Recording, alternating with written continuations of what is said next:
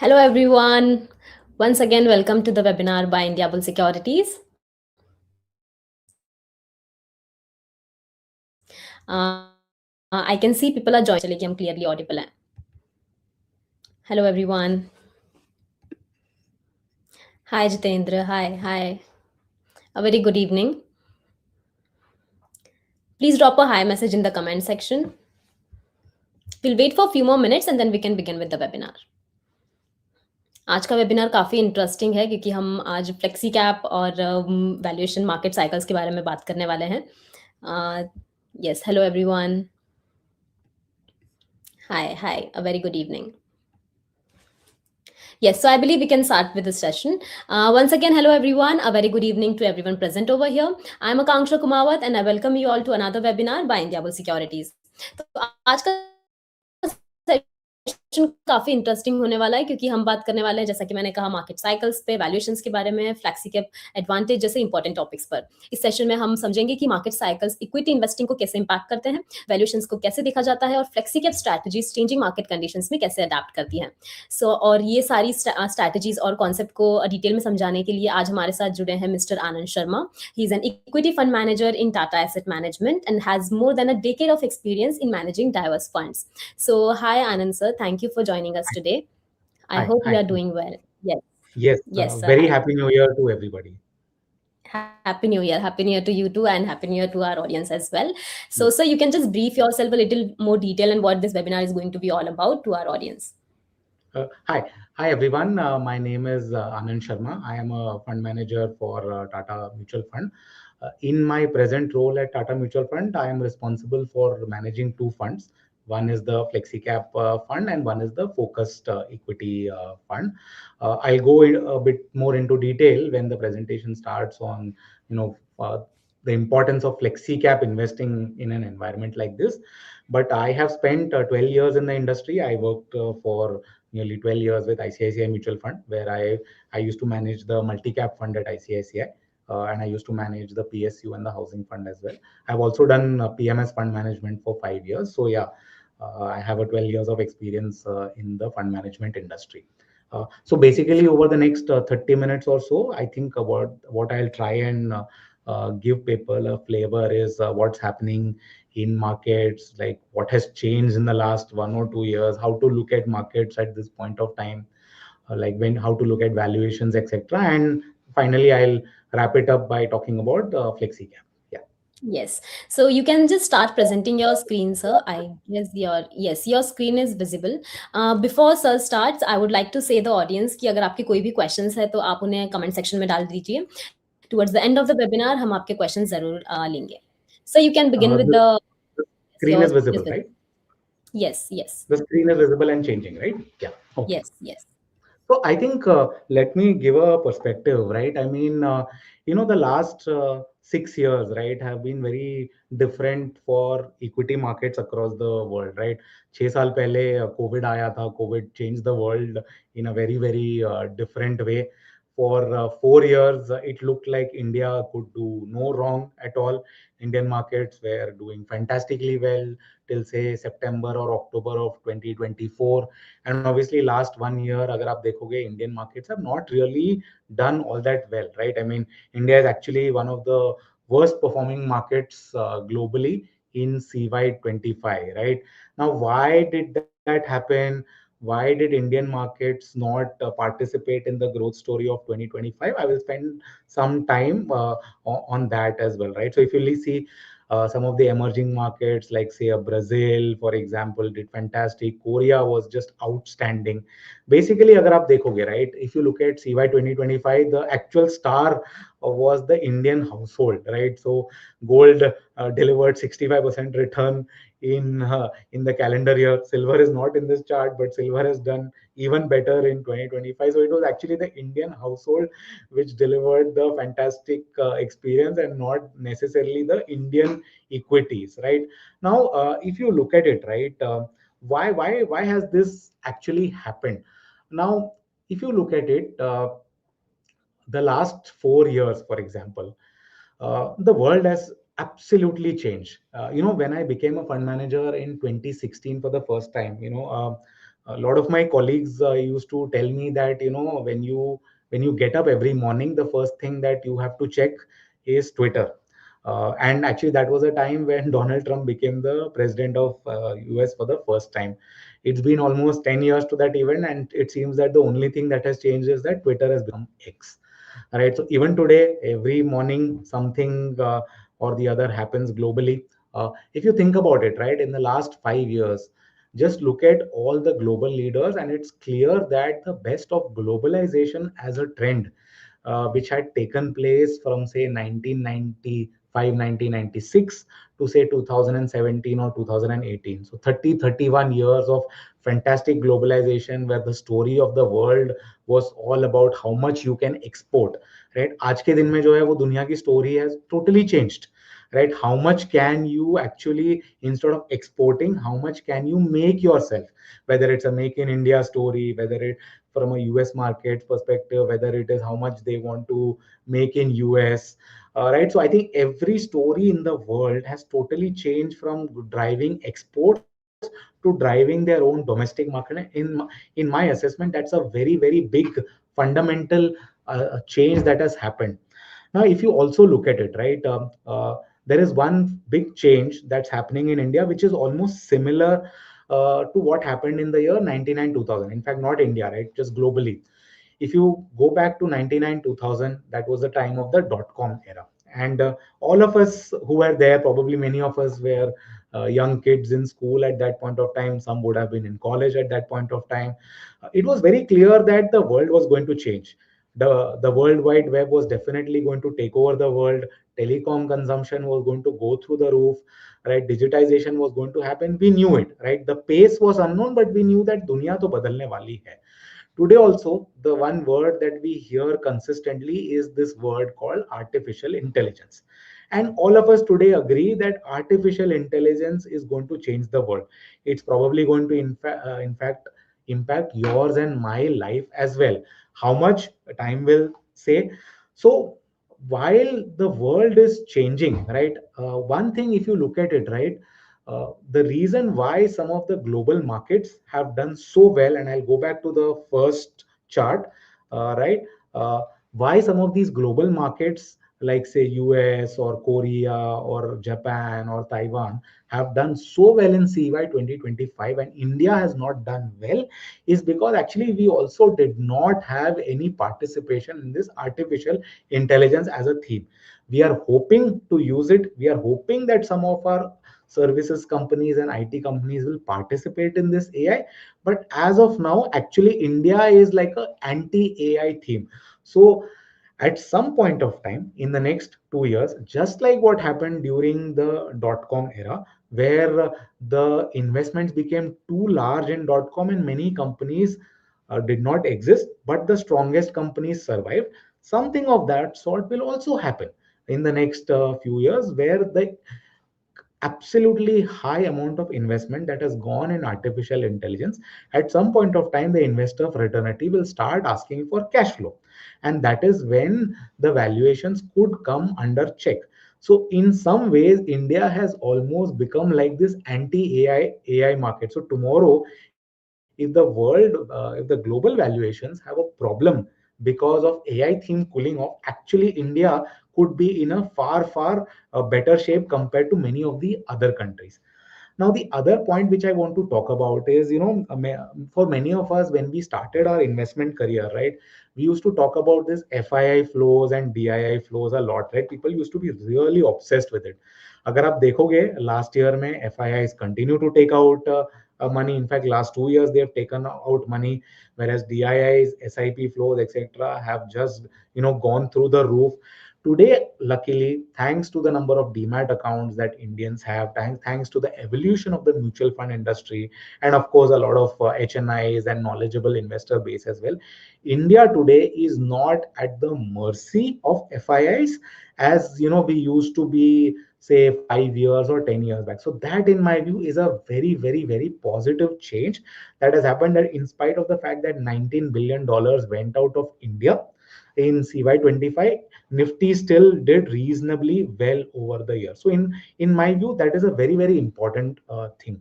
Now, if you look at it, right, and this is the trend not just for India, but also the globe. All of us have followed Warren Buffett a lot, right? And Warren Buffett used to talk about this Buffett indicator, which is market cap to GDP. Market caps to GDP, not just in India, but also in across the globe, are pretty high now. India is at close to 132%.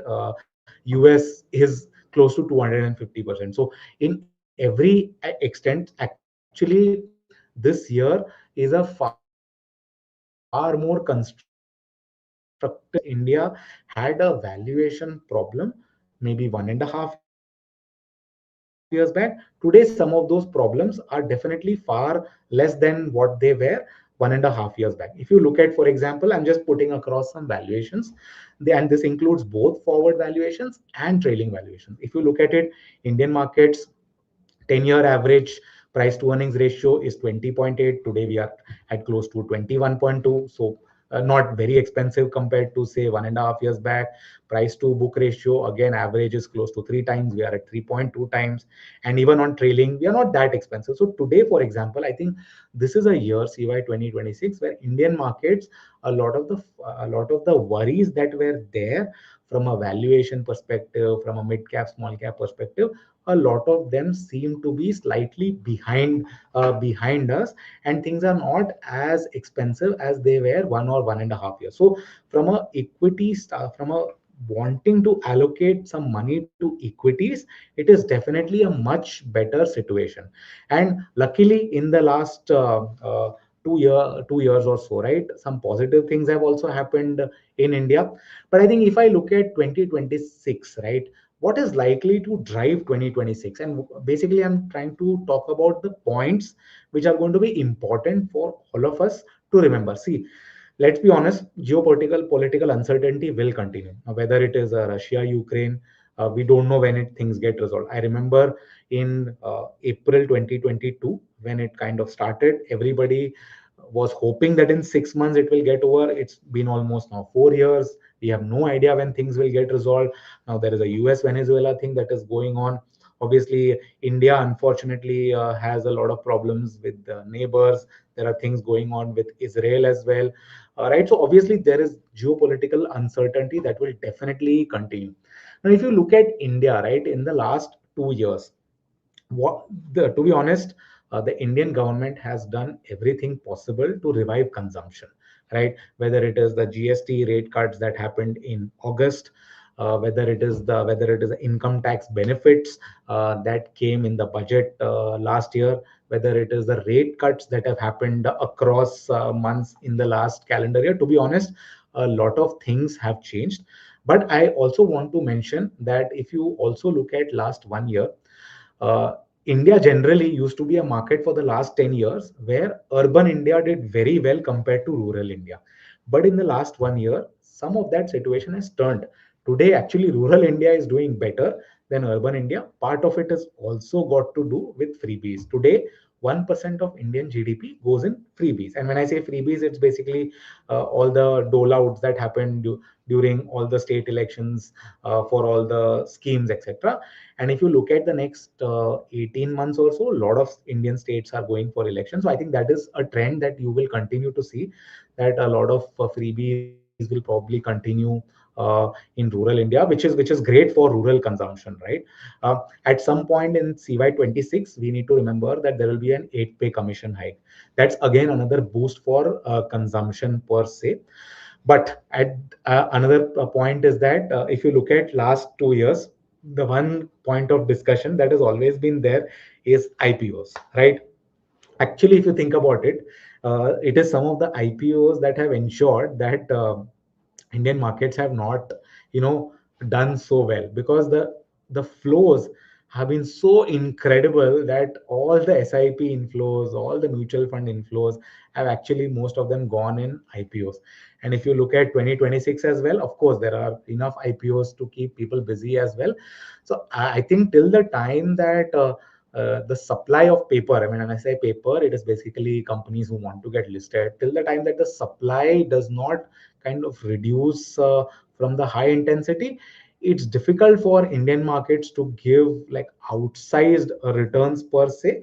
But I think people will we people will be kept busy as far as IPOs is concerned. Now today, if I look at it, right, I mean, when I look at India in the context of the world today, I'll just speak about current valuations view of some of the sectors, which look comfortable, and some of the sectors which look expensive. So this is essentially a bucket of four baskets where we had divided various sectors. So today, if you ask me, what are the sectors in India which look pretty reasonable from a valuation and a growth perspective, I would say it's private banks, it's insurance, it's oil and gas, it's cement. Some of them might be unloved, but I think all the same they are pretty reasonably valued. I think sectors like pharma, telecom, and consumption, they always be defensive. I would say some sectors like auto, defense, etc., are definitely running higher compared to their fundamentals. And I think even in India, even today, some of the sectors like industrials and capital goods do look a bit expensive even now. One thing when we look at market cycles, right? There are times when market does well because of PE re-rating, and PE re-rating is something that is not in our hands. So, as people, what is something that we should track?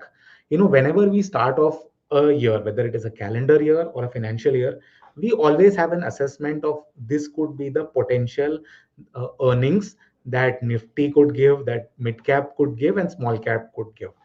Now, if you look at the last 18 months or so, one of the challenges that India also faced was that Nifty, mid cap, and small cap were all going through an earnings downgrade cycle. Now, if you just look at it, right, I mean, uh, the Nifty was getting downgraded to such an extent that, well, if you look at December 24, March 25, 4% earnings cut. If you look at small cap, 6% earnings cut. Now, luckily, if you look at the last quarter earnings, which just came a month back, which was September 2025, the extent of earnings cuts has definitely reduced. So if you will see, Nifty earnings cut was only 1%, mid cap was hardly anything, small cap is also very little. So we have reached a stage now in India where the earnings cut cycle has almost come to an end, and typically that is a time when markets tend to do far better, because ultimately, if you go back to the history of India, right, what is essentially the growth of the country, right? Typically, you have India will always grow at say 6.5, 7.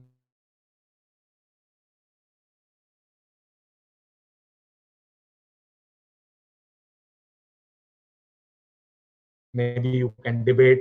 Maybe India can grow at 6, 7 growth, which is about 6 to 7%, which can happen. And there is also some amount of inflation which gets captured. And finally, nominal GDP growth is something that corporates finally kind of show up in their P&L statements and the balance sheets as well. Now, India today, whatever you might want to say, definitely on an overall basis, I think India is in a reasonable position to grow at anywhere between, say, maybe 9 to 10%. So, to that extent, we are one of the markets in the world, even today, which are consistently growing at a certain rate. And we have actually, as an economy, not made too many mistakes, right? So, all in all, both from a monetary perspective, from a fiscal perspective, and from a balance sheet perspective, from a corporate perspective, actually we are in a pretty reasonable shape as long as economic recovery happens, right? I think eventually equities respond to earnings growth. So I think that is something that we believe that at this point of time, that maybe over the next calendar year or so, there should be some recovery, yeah, as far as earnings growth is concerned. And that is where we believe that it is a time to be slightly more constructive on equities. Now, as far as a strategy is concerned, generally I have a hypothesis of how to go about allocating money to strategies, right? Basically, I think there are only four questions that matter when you want to decide anything. Firstly, what is that particular strategy? Second, why this particular strategy at this point of time? Third, what are the constituents of this particular strategy? And last but not the least, is it a tactical allocation, or can you sit over this strategy for 2 to 3 years time? Now, if you actually think about last few years, a lot of themes in India did very well, right? And there are multiple themes, right? Multiple themes, multiple sectors that did well for 2 3 years. Today, I think it is possibly the best time to actually allocate money towards flexi cap as a strategy. Now, why is it necessary to look at flexi cap a bit more constructively? Now, simple reason is that, as the name itself suggests, FlexiCap gives you the flexibility to invest across market capitalization. And if there is a thought process by the fund manager or the fund house that right now is an environment to be very safe, the flexi cap can go as much as they want in large caps.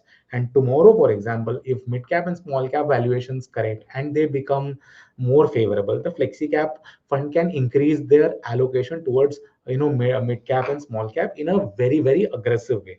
So I think, as the name itself suggests, right, flexi cap is a very good strategy in an uncertain environment. And since I spoke about geopolitics so much, it is a fact that we are going to be in an uncertain environment, and it is very essential in today's environment to be nimble. And I think nimbleness definitely comes from having a flexi cap strategy. So if you look at it today, Indian market, obviously they are fairly large market caps.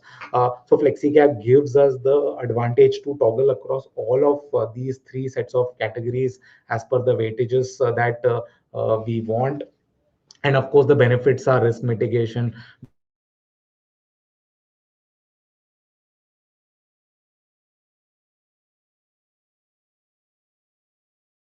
diversification in any sectors. You can any allocation towards any sectors. It can change the weights between large, mid, small, as per the house call and as per the individual fund manager call, as well. So I think there are a lot of advantages in a flexi cap which can be used pretty well in an environment like this. Now, I'll just spend some 5 to 10 minutes on what we are trying to do in Tata FlexiCap fund, and then we'll open the floor for Q&A. I think first and foremost, the Tata FlexiCap fund will follow a style which is called as growth at a reasonable price, per se. Now, when you say growth at a reasonable price, obviously the fund will not be willing to, pay a significant high premium for a business just because it's a quality sector. The beauty of investing in India is that if you actually go back in history, between 1995, and this is obviously public data, right? So between 1994 to say 2001, 2002, a lot of FMCG companies did not deliver return. They were all great companies then. Uh, if you look at the dot-com bubble from 2001, for a very long time, the IT companies did not deliver returns. Telecom companies did not deliver returns.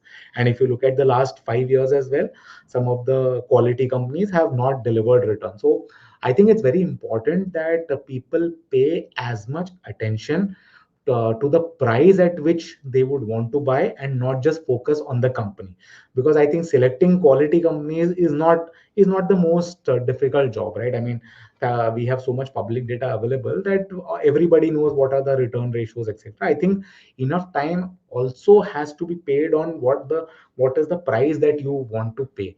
So just to kind of speak a bit more on what is the way to kind of look at FlexiCap as a strategy. I think what Tata FlexiCap Fund will focus is basically, you have a portfolio which you divide it into two parts. Call it as core and satellite. A large part of the fund called as core is where you can buy businesses for longer duration, right?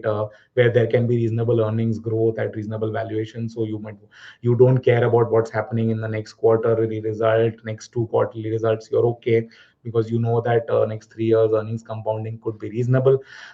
The second part of the portfolio is actually where you try and find mispricing that can occur between various stocks and sectors, and then you try and capture it in the portfolio through risk weighted allocation. Here you can be very tactical, nimble, and you can switch across stocks and sectors as soon as you kind of meet the investment objectives. In my opinion, one of the ways to create alpha will be sector rotation.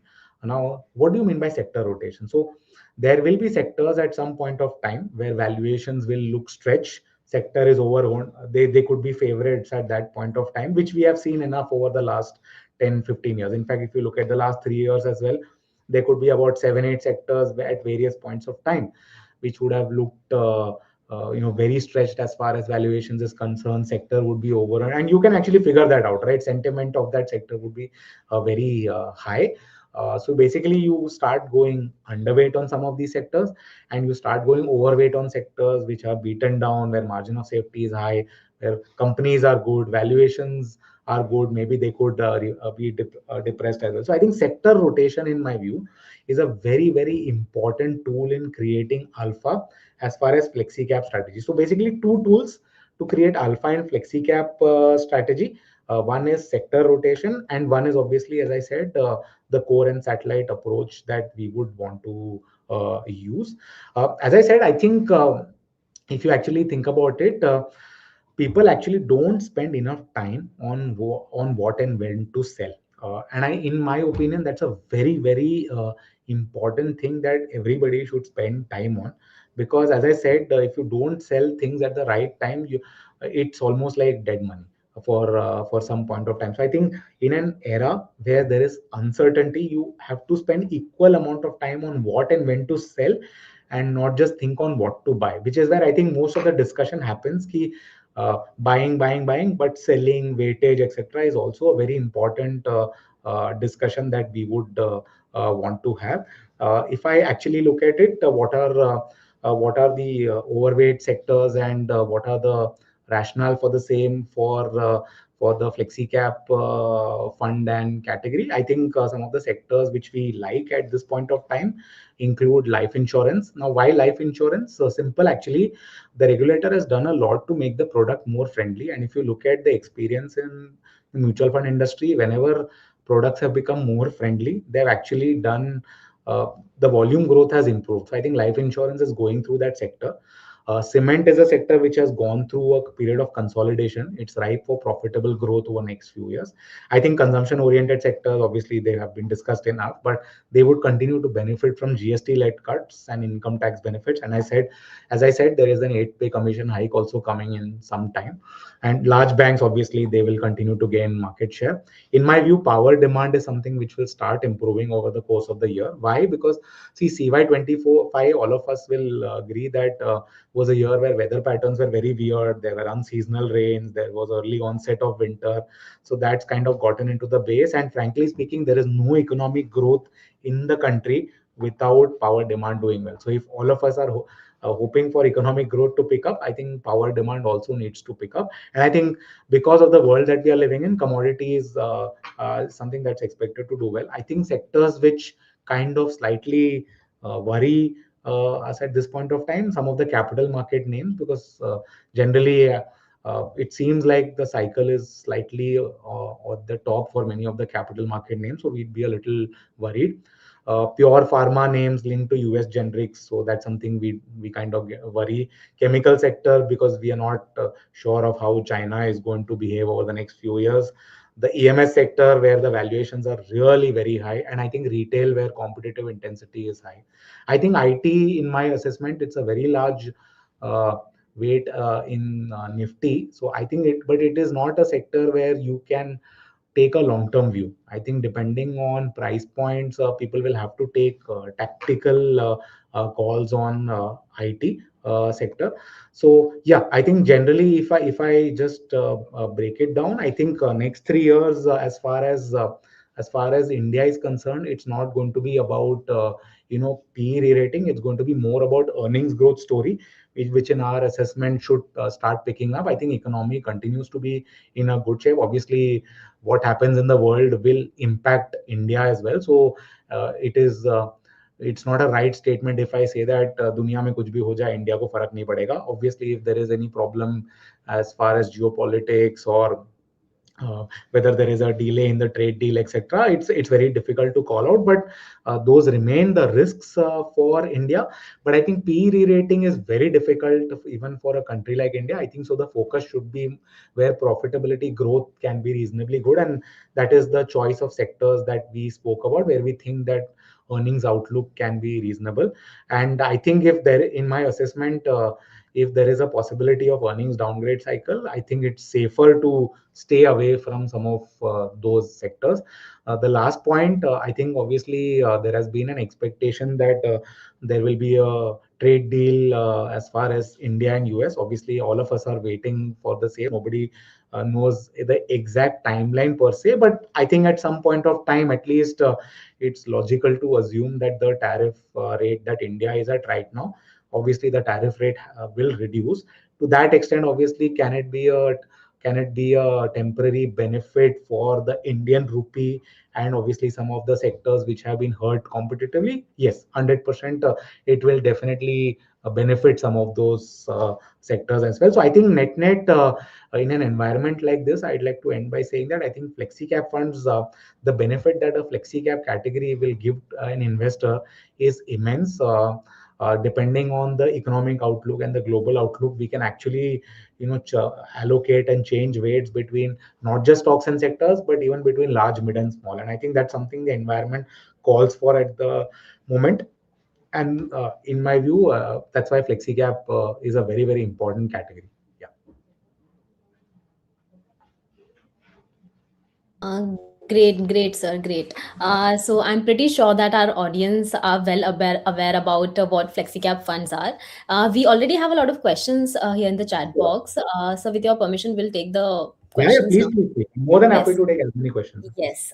So first question is from Komal. She's asking, how does a FlexiCap fund adjust allocations across large, mid, and small cap stocks?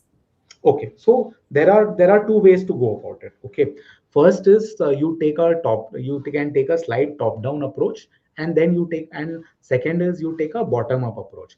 When I say top down, for example, top down is like how you would want to think about large, mid, and small allocation, right? If, for example, today, right, if I have to talk about published portfolios, so published portfolio today in FlexiCap is would be around 69 to 70% of FlexiCap is in large caps. So today I feel, for example, that the environment calls for a higher allocation towards large caps, because frankly speaking, the valuations are also pretty reasonable in large caps, and the earnings growth is also pretty reasonable in many of the large caps. So relatively, I think there is more comfort towards large cap names than mid and small cap names. But let me also be very clear. India is a beautiful market where you will always have enough mid cap and small cap names. So for anybody to say that there are not enough mid cap and small cap names will probably not be doing justice. But if I have to measure on a relative way, there are two ways to measure. First, relative valuation basis, because obviously you have some valuation parameters for large, mid, small, and even for particular stocks. In that parameter, I think many of the large cap names even today stand out compared to mid and small cap. So that is the way I would think about allocation towards large, mid, and small. Yes, correct. Next question is, what mistakes should retail investors avoid when using FlexiCap funds? So I'll tell you honestly, from a flexi cap fund perspective, right? Generally, and there's a very general statement that I'd like to make. I think most of the times, what tends to happen is that people always look at uh, just historical returns and invest. I would suggest in it's not always right to just look at historical returns and invest, and that's true for any strategy, not just flexi cap. And unfortunately, that's something that does happen. I would rather say that today, see, we live in an environment where there is a lot of data that is available, right? I think just have when you look at published data of a flexi cap fund, you can get a sense of what is the turnover of the portfolio, right? You can have a look at what are the valuations of the particular fund, and you can derive comfort out of some of these things. You can look at the fund manager track record as well, right? Because mine or anybody's data is public, right? So I think these are some of the things people can look at while actually allocating money towards Flexi-Cap, and not just focused on how well that particular fund has done over last 3 years or 5 years. The one thing I want to say is that I think it's important that investors get consistent experience. What do I mean by consistent experience? See, what happens is that sometimes you can have a strategy which can do fantastic in 1 year. Maybe next year it does very bad. The weighted average return might still look okay, but I would rather want to that investor fraternity should have a consistent experience. So look for consistency in experience and not just peaks and troughs. Yes, right. That's true. So next question we have is from Praveen. He's asking, how do you balance risk and return in a flexi cap portfolio? To be honest, I think that's part of our daily job. I mean, I think that's the trade-off that we have to make. If you ask me, there is only one way to manage risk in portfolio, which is through weightages, right? I think there might be stocks where the returns can be high, but every stock has a upside and down potential upside, potential downside.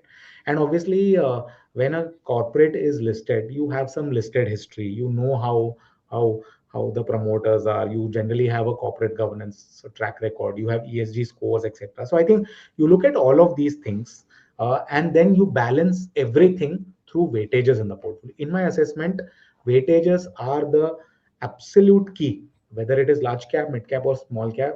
Weightages eventually determine the consistency of experience.